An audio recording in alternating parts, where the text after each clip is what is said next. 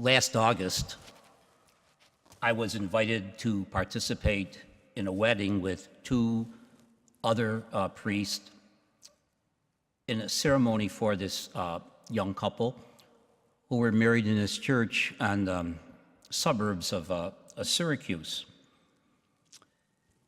In about 3 weeks before the wedding, I received a call from the bride and groom asking me to come to the wedding rehearsal, even though I was not responsible for the rehearsal. I was not the main officiant or celebrant, because they said what they were going to do was have a holy hour the night before the wedding.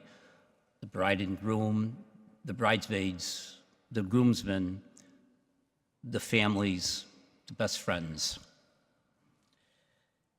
And I said I would.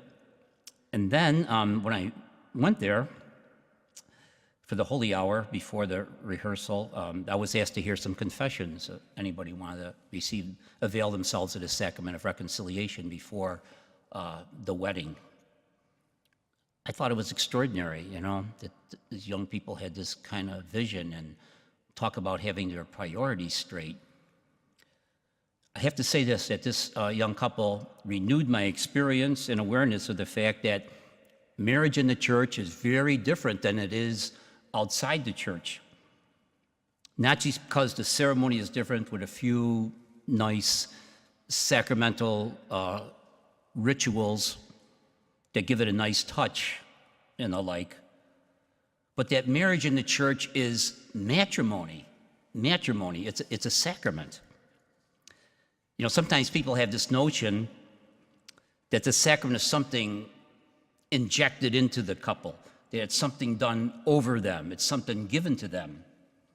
But the fact of the matter is that the living flesh and blood relationship of the couple is the sacrament of matrimony. In a sense, the couple marries themselves. The priest is the official witness to their marriage. Today's gospel is taken from the early part of St. Mark's gospel accounts, and it tells us how Jesus called his first disciples. And very often we take this gospel and we think about Jesus calling a person to the priesthood, to the religious life. Since the Vatican Council, we take this story and we relate it to our call to a universal holiness, to universal witnesses as followers of Christ because of our baptism. But we can also relate this story to a call of a couple to be a sacrament, to be a visible sign of God's grace, of God's love for us. That, in a sense, a matrimony couple, is a visible sign of God's invisible grace for us.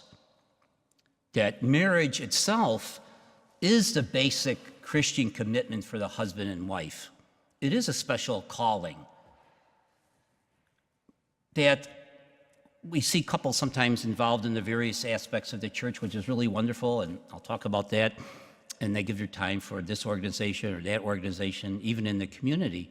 But the fact of the matter is, when it comes to a married couple, in the sacrament of matrimony, the most important thing is not what happens outside the house. The most important thing is what happens in the house, that themselves, their family, is their prime Christian commitment.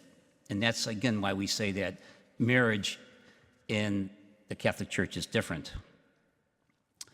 Now, having said that, when we witness the outward sign of a married couple's respect for each other, when we recognize their care, their self-giving, the reverence they have for each other, their intimate, passionate relationship, when we see a married couple, the glow they have, the aura they have, it reminds us of how much God loves us.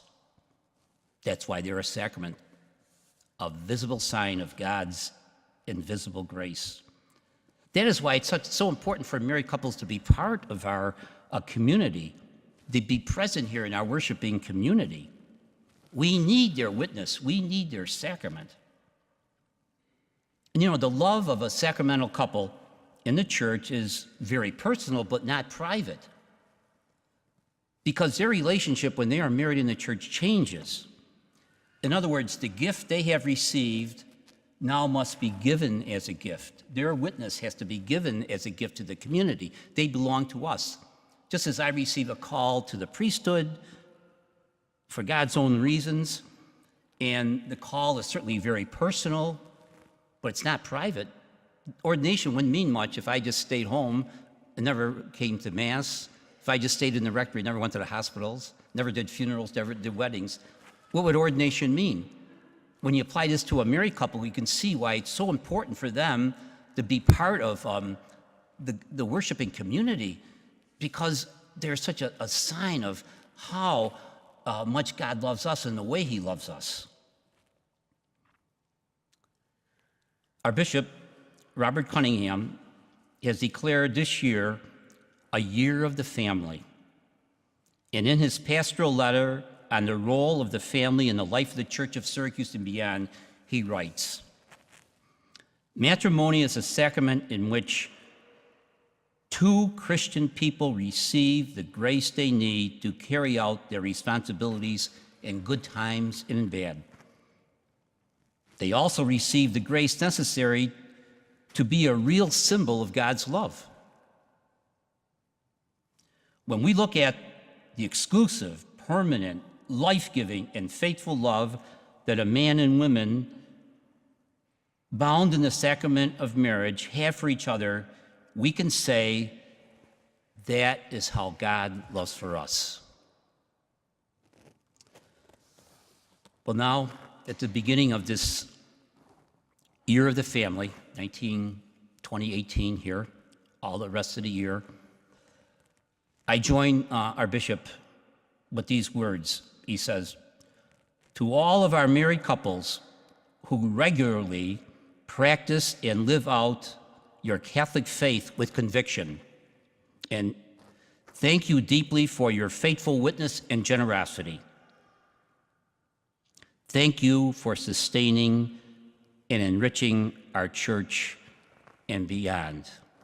Thank you for being here and helping us remember how much God loves us, as the prophets talk about, with that special, passionate, intimate love. God bless you, and keep coming."